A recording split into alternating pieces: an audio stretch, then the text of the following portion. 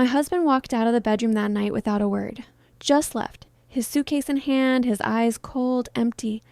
I called after him. He didn't turn. I didn't know what hit me. My heart, my life, my entire world. I felt it cracking into pieces. All the years we spent together, all the nights I stayed up worrying about him, gone, just like that. And then I noticed her name blinking on his phone, Emily, his secretary. I sank onto the bed. The walls of our room seemed to close in, pressing against my chest. The sound of my own breathing was loud, too loud. I couldn't move. I couldn't think. I only felt the raw, gnawing emptiness of betrayal. My husband had chosen her over me, over us, and as much as I wanted to scream, to run after him, part of me froze in disbelief. How could someone I trusted completely, the man I had built a life with, just abandon me? Our life hadn't been perfect, but I had thought we were happy. I had thought we were partners. Every morning I woke to his smile. Every night I kissed him goodnight, whispered his name like a prayer. Our house smelled of coffee and fresh laundry. Our weekends were filled with movies and laughter. I had cooked his favorite meals, planned trips, even helped him land that big promotion at work. I had given everything, expecting nothing, I thought. But now it seemed that wasn't enough. I thought back to the first time we met. I was 24, fresh out of college, eager and naive. He was charming, magnetic, and he made me feel like I could conquer the world. He loved me fiercely, or so I believed. We married young on a sunny October afternoon. My parents cried tears of joy. His mother hugged me as if I were her own. That day, I promised him my life, and he promised me the same. I had never imagined that promise could shatter so easily. My parents tried to comfort me that night. "Honey, maybe it's temporary. Maybe he just needs space," my mother said, brushing a tear from my cheek. My father nodded, silent but solemn. I wanted to believe them. I wanted to cling to hope, but deep down I knew. I knew that something had changed, that something was broken beyond repair. I felt a cold pit of dread in my stomach. I felt small, invisible, betrayed. I remembered the small signs I had ignored, the late nights at the office, the sudden interest in yoga classes he claimed he was curious about, the dinners that seemed to vanish from our calendar, replaced by client meetings, and the texts. I had brushed them off, told myself I was overreacting, paranoid, but the truth had been there all along, right there under my nose, and I had been blind. At work, I tried to focus. My job at the marketing firm was demanding, and usually it was a place I could escape the chaos of home. But that night, the office felt like a cage. Every laugh in the hallways sounded like mockery. Every whispered conversation felt like a secret being shared about me. My assistant glanced at me with pity. I could see it in her eyes. I wanted to disappear, to melt into the walls and never be seen again. I remember standing in front of the mirror that morning, trying to make sense of the woman staring back at me. Her hair was mussed, her eyes were red and swollen from crying, her lips pressed into a thin line. That was me. That was the woman who had been left behind. I touched my chest, half expecting it to be hollow. My life, as I had known it, was gone. My husband, the man I had loved, the man I had trusted, had replaced me. And with a pang that cut sharper than any knife, I realized just how small my world had become. The house was quiet the next day. Too quiet. I moved from room to room, almost afraid to disturb the silence. His side of the bed untouched, his shirt still hanging neatly in the closet, his coffee mug, the one with "Best Husband Ever" printed on it, still on the counter. I wanted to throw it against the wall. I wanted to burn the house down, but more than that, I wanted answers, and I didn't have any. Only a hollow ache where trust used to live. My friends called. They said things like, "You deserve better. He's a coward. You'll move on." Their words felt empty. I wanted more than platitudes. I wanted justice. I wanted him to feel the weight of what he had done, but most of all, I wanted to stop crying, to stop feeling like the world had betrayed me along with him. And then, late that night, I found it. A small envelope tucked behind his laptop. I had almost missed it. My hand shook as I opened it. Inside were printed screenshots of messages. Not from work, not from friends, from her, Emily, my husband and Emily, laughing, flirting, making plans, dates, hotel bookings, intimate confessions, everything. The evidence of the life I didn't even know I was competing with. I sat on the floor, the envelope open in front of me, staring at the ceiling. I felt anger. Pure, scorching anger. It coursed through my veins, electrifying every nerve. I felt small and powerless, yet beneath it, something else began to stir. Something dangerous. Something I hadn't allowed myself to feel before. A thought that whispered, "They can't get away with this." The realization hit me like a punch to the gut. I had been humiliated, shattered, used, but they hadn't accounted for me. Not really. There was a part of me, buried deep beneath the layers of love and trust and heartbreak, that had survived this, that had grown sharp, clever, and fierce. And in that moment, I made a decision. I would not cry anymore. I would not beg. I would not let them think they had won. My husband, his secretary, they would pay in ways they couldn't even imagine. And I would be the one to deliver it. Slowly, carefully, brilliantly. But what I discovered next changed everything. I couldn't sleep that night. My mind kept replaying the messages I had found, the casual flirts, the hotel bookings, the little jokes that were only meant for her. I tried to tell myself it wasn't real, that maybe there was some mistake, some explanation I just couldn't see yet. But deep down, I knew. I had known from the first late night call, the first missed dinner, the first time I caught him staring at his phone like it was the most precious thing in the world. The next morning, I confronted him. I found him in the kitchen, sipping coffee like nothing had happened. His face was calm. Too calm. "Why?" I demanded, my voice cracked. "Why her? Why now?" He looked up at me, and I could barely recognize him. The warmth I had loved was gone. "I can't explain it," he said. "It just happened." "That's it?" I laughed bitterly, though tears blurred my vision. "After everything we've built, everything we've shared, it just happened?"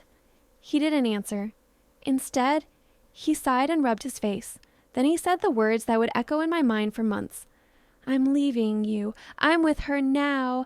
I can't pretend anymore." I felt like I'd been hit by a truck. Every memory, every promise, every plan we had made together evaporated into thin air. My hands trembled as I grabbed the countertop for support. "So, what, you just tossed me aside like I'm nothing after all these years?" He avoided my gaze. I don't know what to say. I never meant to hurt you." I laughed again, a bitter, hollow sound. "You never meant to hurt me? You've been living a lie for months while I waited here, loving you, trusting you." He finally looked at me. His eyes didn't have guilt. Not really. Just detachment. I can't change how I feel. I wanted to scream, to hit him, to shatter something, but I couldn't. Instead, I felt a cold numbness sweep over me. I had always believed love would protect me, that it would shield me from cruelty. I had been wrong. The days that followed were worse. He moved out, leaving me alone in the house that had once been our sanctuary. He didn't even take the effort to pack properly, just tossed his clothes in a suitcase, leaving his favorite jacket draped over a chair, the half-empty bottle of cologne still on the dresser. Every item I touched reminded me of him. Every smell, every corner of the house screamed betrayal, and then came the humiliation. I had been invited to a small gathering at a friend's house. I tried to act normal, to smile, to pretend I was okay, but then I saw them. My husband, holding her hand, whispering to her as if I didn't exist. The shock of it made my stomach twist. My friends tried to console me, but I couldn't stop the tears. Later, a message from my husband arrived. "Don't make this harder than it has to be. We're happy now. You'll understand one day." Happy. That word burned in my chest. I wanted to reach through the screen and rip the words out of existence. At work, things weren't easier. I tried to focus, but the betrayal followed me everywhere. I could hear whispers in the hallways, murmurs of pity and gossip. Even colleagues who had once been friendly now looked at me with a mixture of sympathy and curiosity. The rumor had spread faster than I could control. Then one day I got a call from the office. My husband's secretary, Emily, had somehow managed to get involved in my professional life as well. She had met with my boss, offering herself as a better candidate for a project I had been managing for months. My boss, impressed by her initiative, had reassigned the project to her, just like that. My hard work, my hours, my dedication, all handed over to her. I felt humiliated. My career, something I had built for years, felt like it had been erased overnight. I thought about confronting her, screaming, crying, demanding answers, but I knew she wouldn't care. She never had. At home, I found small notes, hidden, almost taunting, post-it reminders of what I had lost, bills she had conveniently paid to appear generous, invitations for couples events that now had her name next to his. Each one felt like a knife twisting in my chest. One evening, I couldn't take it anymore. I called him. The line clicked. His voice was casual, even cheerful. "Hello? What have you done?" I asked, my voice shaking. "How could you? How could you betray everything we had?" "I'm sorry you see it that way," he said lightly, as if apologizing were enough to erase months of lies. "I love her. I'm happy. Isn't that what matters?" "No," I whispered. "You destroyed everything. You destroyed me." There was a pause. I thought maybe he would feel guilt, remorse, anything. But no. He just said, "I hope you can move on." And he hung up. I collapsed on the bed, shaking. My tears fell freely, but beneath them, rage began to grow. A slow, simmering fire. I realized something terrifying and empowering. He thought this had ended. He thought I would crumble. He thought I would vanish quietly into heartbreak. He had no idea what I was capable of. Over the next week, the betrayal kept getting worse. I found out that while he was with Emily, he had been secretly draining joint accounts. Small amounts at first, almost imperceptible, but enough to destabilize my finances. I had been careful with our money, trusting him, and he had taken advantage of that trust. I felt every stolen penny as a reminder of his cruelty. Then the final blow. My father called. "I just got a letter," he said, voice trembling. "Your inheritance, it's been redirected. Your mother and I, your share has been cut. Your husband..." He influenced this, didn't he? I didn't respond. I couldn't. The world was spinning out of control. Every betrayal compounded the last. Every lie, every deceit, every act of selfishness. They were piling on me, suffocating me, drowning me in despair. And yet, in that suffocating darkness, a thought began to bloom. A dangerous thought. A thought that whispered to me when I was alone. "They haven't won yet, not really." I started watching them, carefully, from social media posts to casual glimpses in public. Every photo, every detail, every brag, it was evidence. Evidence of their arrogance, their carelessness, their belief that they were untouchable. And with every post, my resolve hardened. I began imagining scenarios where they faced the consequences of their choices, where my pain was returned in poetic, undeniable ways. I remember one night scrolling through Emily's online posts, her perfect smile mocking me, her champagne glass held high as if to toast my ruin. My fingers tightened around my phone. I whispered to the darkness of my empty apartment, "You're going to pay. Every lie, every betrayal, you will pay." The betrayal had stripped me down to the core. I was humiliated, shattered, furious. Yet beneath the rage, a plan began to form. It was small at first, tentative, almost unrecognizable, but it grew with every sleepless night, every pang of jealousy, every reminder that my husband had chosen her over me. By the time the week ended, I wasn't just a broken woman anymore. I was a storm gathering strength. Every betrayal, every act of cruelty had fed it, and when the time came, it would be unstoppable. I remember the night I hit rock bottom. It was quiet, colder than usual. The house felt hollow, the walls echoing my own despair. I sat on the edge of the couch, a half-empty glass of wine shaking in my hand, staring at the floor like it might answer the questions I couldn't speak aloud. Every betrayal, every humiliation, every stolen promise pressed on me like a weight I couldn't lift. I felt completely alone. My parents had tried to comfort me, but there is only so much anyone can do when someone you love has shattered your entire world. My friends had retreated, unsure how to help, afraid of the storm that had become me, and I, my own reflection in the mirror, looked back like a stranger. Red eyes, pale skin, trembling lips. I didn't even recognize myself anymore. That's when I found the envelope. It was slipped under the door, no note, nothing but a small, heavy package. My hands were shaking as I picked it up. I didn't know what to expect. Another reminder of betrayal, another cruel joke. I tore it open, and inside was a folder, plain, nondescript. I opened it slowly, heart hammering. Inside were documents, proof, real, undeniable proof, evidence of their carelessness, their arrogance, their lies. There were receipts showing Emily had been misappropriating funds at work, travel expenses she had never claimed but had charged under my husband's accounts. emails revealing my husband's complicity, his indifference, his arrogance.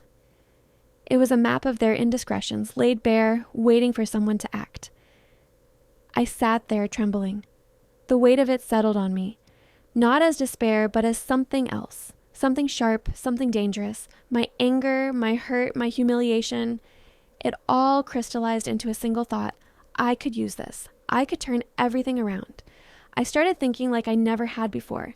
Every careless smile, every arrogant post on social media, every little slip up, they were all pieces of a puzzle. And suddenly I saw a pattern. They had been reckless, blinded by their confidence, thinking they were untouchable. But they were not. They had left breadcrumbs, and I was going to follow them. I remembered the words my mother had whispered to me weeks ago. Sometimes life gives you a second chance, not to get them back, but to show your strength. I had scoffed then, but now her words resonated like a bell. This was my second chance, not to beg, not to plead, not to cry, but to reclaim what had been taken from me, to reclaim myself. I knew I needed allies, someone smart, someone meticulous, someone who could help me navigate the terrain I had never dared enter before, the world where evidence, strategy, and patience mattered more than emotion. I reached out to an old friend, someone who had always been brilliant with details, with plans, with seeing things others overlooked. When we met, I explained everything. My hands shook, my voice cracked, but my eyes burned with determination. I need your help, I said. I can't let them get away with this. My friend didn't flinch. Instead, she leaned back, steepling her fingers. You've got everything you need, she said. All of it. Proof, timing, motivation. The question is, are you ready to do it? I swallowed hard, nodding. My heart was racing. The thought of confronting them, of taking control, sent a thrill through me that I hadn't felt in months. My despair, my humiliation, it all turned into fuel. I was no longer the broken woman they had abandoned. I was a force, patient, careful, calculating. That night, I went back through every detail, replaying the moments I had dismissed, analyzing every slip, every sign. Emily had been careless in her arrogance. My husband had been blind in his overconfidence. Their happiness depended on their secrecy. Their downfall would come from that very hubris. I began to make plans, not impulsive plans, not childish revenge. Careful, precise, step-by-step moves that would ensure their exposure without anyone being able to stop it. Every detail mattered. Timing, presentation, witnesses, documentation.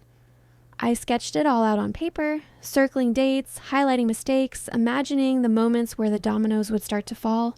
I also realized something terrifying and exciting. They believed I was weak. They believed I would crumble. They had underestimated me, and in underestimating me, they had left themselves open. That thought sent shivers down my spine. The idea that I had the power now, the power to unmask them, to reclaim what they had stolen, filled me with a mix of fear and exhilaration.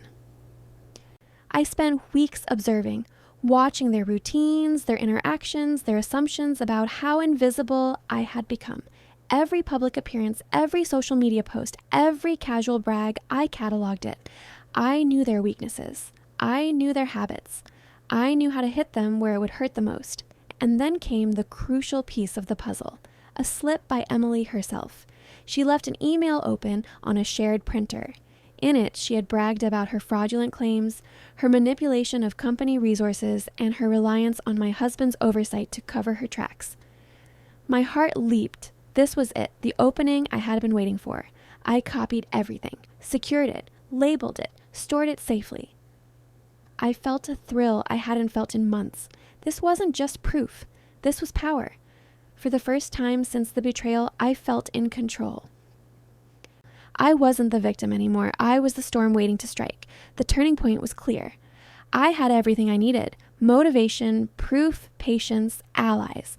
I had been broken, humiliated, abandoned, but that pain had forged something new, something dangerous, something unstoppable. I would not just recover from this betrayal, I would make them pay, carefully, strategically, perfectly. I sat back that night, staring at the ceiling, imagining their faces when the first domino fell. I smiled, a small, dark, triumphant smile. The fire inside me had grown from smoldering ashes into a roaring blaze. They thought they had ended me. They had only begun to awaken me. And just as I began drafting the first steps of my plan, a message arrived. Anonymous, cryptic, but perfectly timed. It hinted at opportunities I hadn't seen before. Another piece of the puzzle, another chance to strike with precision. I felt my pulse quicken. Everything was aligning. I knew one thing for certain. Once I acted, there would be no turning back, no apologies, no regrets. Only justice, only truth. Only the satisfaction of seeing them unravel in the wake of their own arrogance, and I couldn't wait. I remember the morning I decided it was time. The air felt different, sharper, charged. I wasn't trembling anymore. I wasn't crying. I was calm, focused. Everything had led to this moment. The betrayal, the humiliation, the sleepless nights. All of it had built me into someone precise, patient, unstoppable. I had packaged the proof carefully, not just the emails and receipts, but everything. Screenshots of their arrogance, the subtle lies, the patterns they thought no one would notice. Each piece was a hammer, and I intended to strike with precision. The first step was subtle. I sent anonymous messages to key colleagues in my husband's company. Nothing threatening, just facts, carefully worded, not my name anywhere. By the time the day began, whispers had started, quiet, curious, questions about missing funds, questionable expense claims, inconsistencies in reports. Emily had no idea it had begun. And my husband? He was blind to it, wrapped up in his own sense of triumph. I watched from afar. My heart thumped as I imagined their confusion. The same confusion, the same shock, the same panic that I had felt for months, but now it was theirs. Next, I moved to the social sphere. Invitations for events, casual mentions of projects I had once handled, all leaked strategically to mutual acquaintances. I wasn't exposing them recklessly. I was letting their own arrogance do the work. Every post, every brag, every careless smile became evidence when paired with what I had collected. I remember the night I delivered the first gift. Not in person. No, this was better, subtle, poetic. I had a package delivered to the restaurant where they were celebrating Emily's birthday. Beautifully wrapped, elegant, innocent, until it was opened. Inside was a folder of documents. Nothing illegal. Nothing that could hurt anyone but them. But everything in it was truth. Receipts, emails, traces of lies, small frauds, things they had dismissed, thinking no one would notice. The waiter handed it to Emily, who smiled brightly at my husband, but as she opened it, her smile faltered. She flipped through the papers, confusion spreading across her face. My husband leaned over, curious, and then panic. I imagine his pulse, the way his mind scrambled to make sense of the evidence. And then the phone calls started, subtle at first, from colleagues, business partners, even friends. Can you explain this? We need to talk. Every call, every email chipped away at their world. I didn't need to do more. The chaos had begun. I simply watched. The next day, things escalated. My husband's work emails were flooded with questions from HR. Emily's expense reports were flagged, meetings were scheduled, apologies demanded. And everywhere they looked, they saw evidence of their own recklessness, meticulously cataloged, undeniable. I remember the thrill as I watched the unraveling unfold.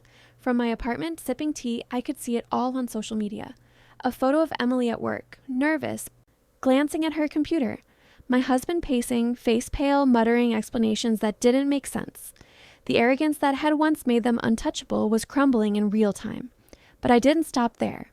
I had one more move, the poetic touch that made it truly satisfying. I compiled everything into a sleek USB labeled simply Truth. I sent it anonymously to the company's executive board. No explanation, no name, just the evidence. When the board reviewed it, my husband and Emily were called in. They tried to defend themselves, to spin stories, to manipulate perceptions, but the evidence was clear, irrefutable. Their world, their image, their sense of superiority, all stripped away in a matter of hours. I remember hearing about the confrontation secondhand. The board questioned every transaction, every email. Emily stumbled. My husband's calm demeanor cracked. Every lie he had told, every secret he had kept, every act of betrayal came into light.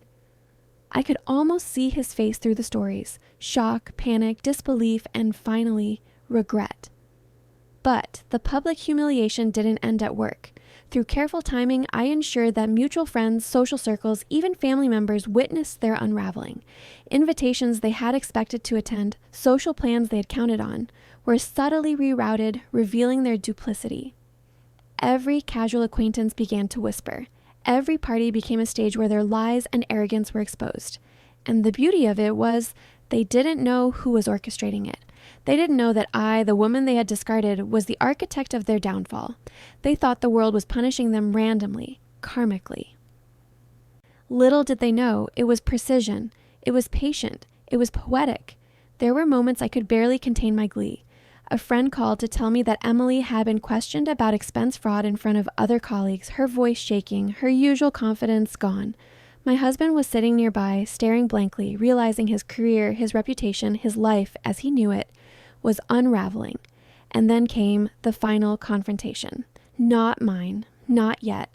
The universe's, or at least the system's. My husband walked into a board meeting, hoping to explain, to charm, to manipulate, but every document I had sent, every subtle leak, every detail meticulously preserved, was presented before him. There were no words to cover it, no excuses to save him. The humiliation was total, complete, irrevocable. I won't lie, I almost cried with relief. Not because I was cruel, not because I enjoyed suffering, but because justice had finally arrived. Because the weight of months, the grief, the humiliation I had carried alone was finally reflected back at them. And yet it wasn't over. For weeks they struggled.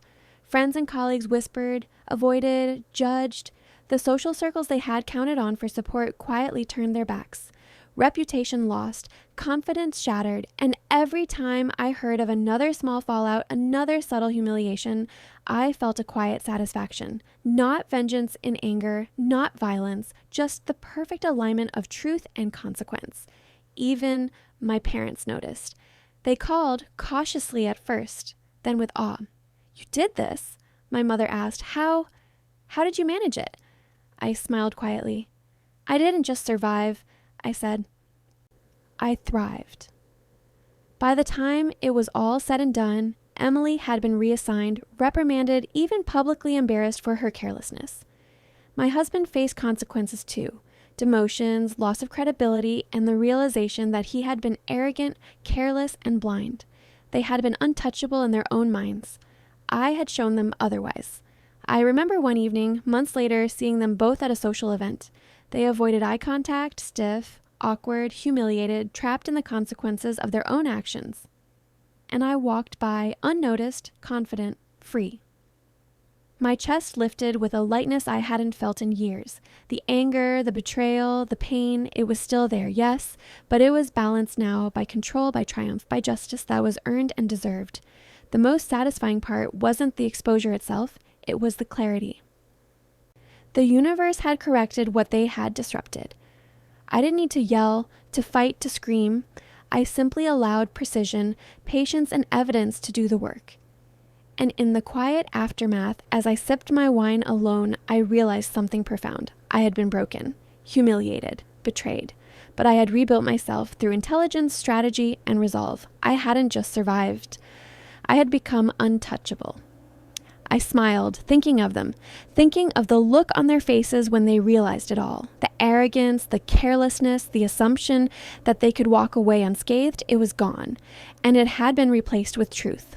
Perfect, poetic, satisfying truth. The days after everything had settled felt surreal. The storm had passed, and in its wake, a strange calm had taken over. My house, once a battlefield of heartbreak, now felt like a sanctuary again. Sunlight streamed through the windows in a way that felt almost mocking, reminding me that life had moved forward even when mine had seemed frozen in betrayal. I walked through the room slowly, touching surfaces that had once carried reminders of him. The empty spaces were no longer hollow, they were mine. Mine to fill, mine to control.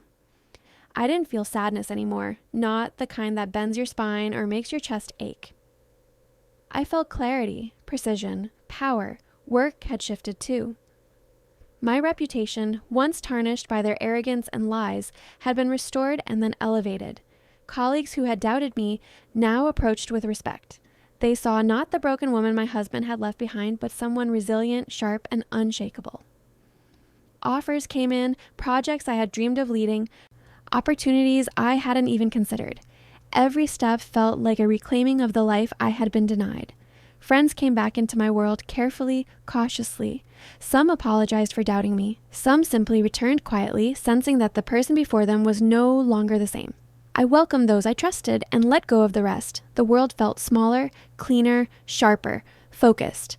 And then there was the quiet satisfaction of seeing him realize what he had lost.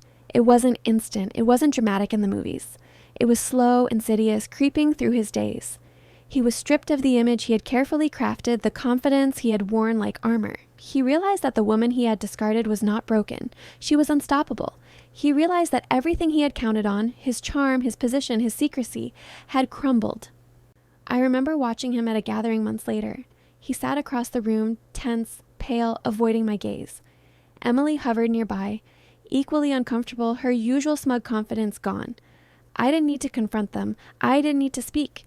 The look in their eyes said it all: shame, regret, helplessness. And I smiled quietly. The world had delivered the lesson I had wanted, poetic, precise, and irrevocable. My parents noticed too. They called cautiously at first, then more often. "We're proud of you," my mother said one evening over the phone. I didn't respond immediately. I didn't need to. I could hear her pride through the line, feel it, and yet I held my silence. My power wasn't in their words. It was in my independence, my strength, my refusal to let the past dictate my life. Evenings became mine again. I spent them in quiet luxury of thought, reflection, and occasionally indulgence. Wine on the balcony, the city lights stretching below, a sense of control and peace I had never known before. I allowed myself to smile, not because the past was gone, but because I had mastered the present. I even thought about love again, but not the kind that blinds you, that makes you vulnerable to betrayal. No, this was a new understanding: patience, self-respect, boundaries. I had learned that love was not just about trust, it was about strategy, observation, and knowing your own worth. I was no longer someone who would accept being second, being unseen, being humiliated.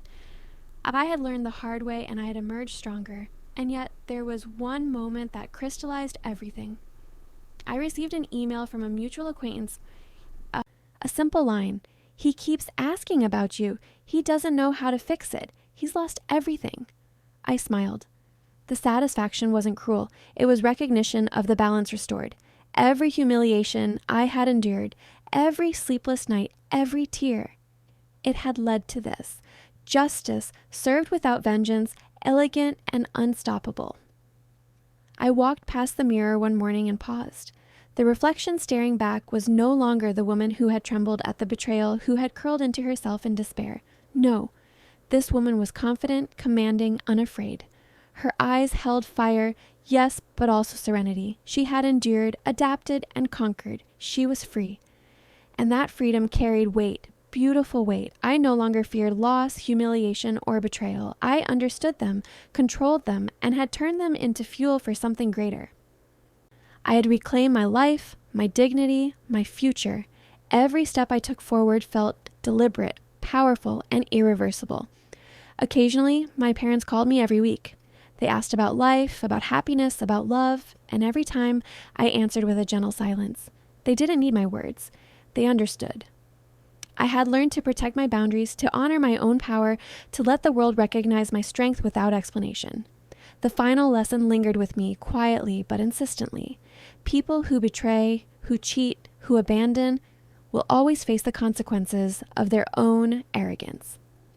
I had simply provided the stage. I had orchestrated the precision, and the result was inevitable. And so, I moved on, with grace, with elegance, with control.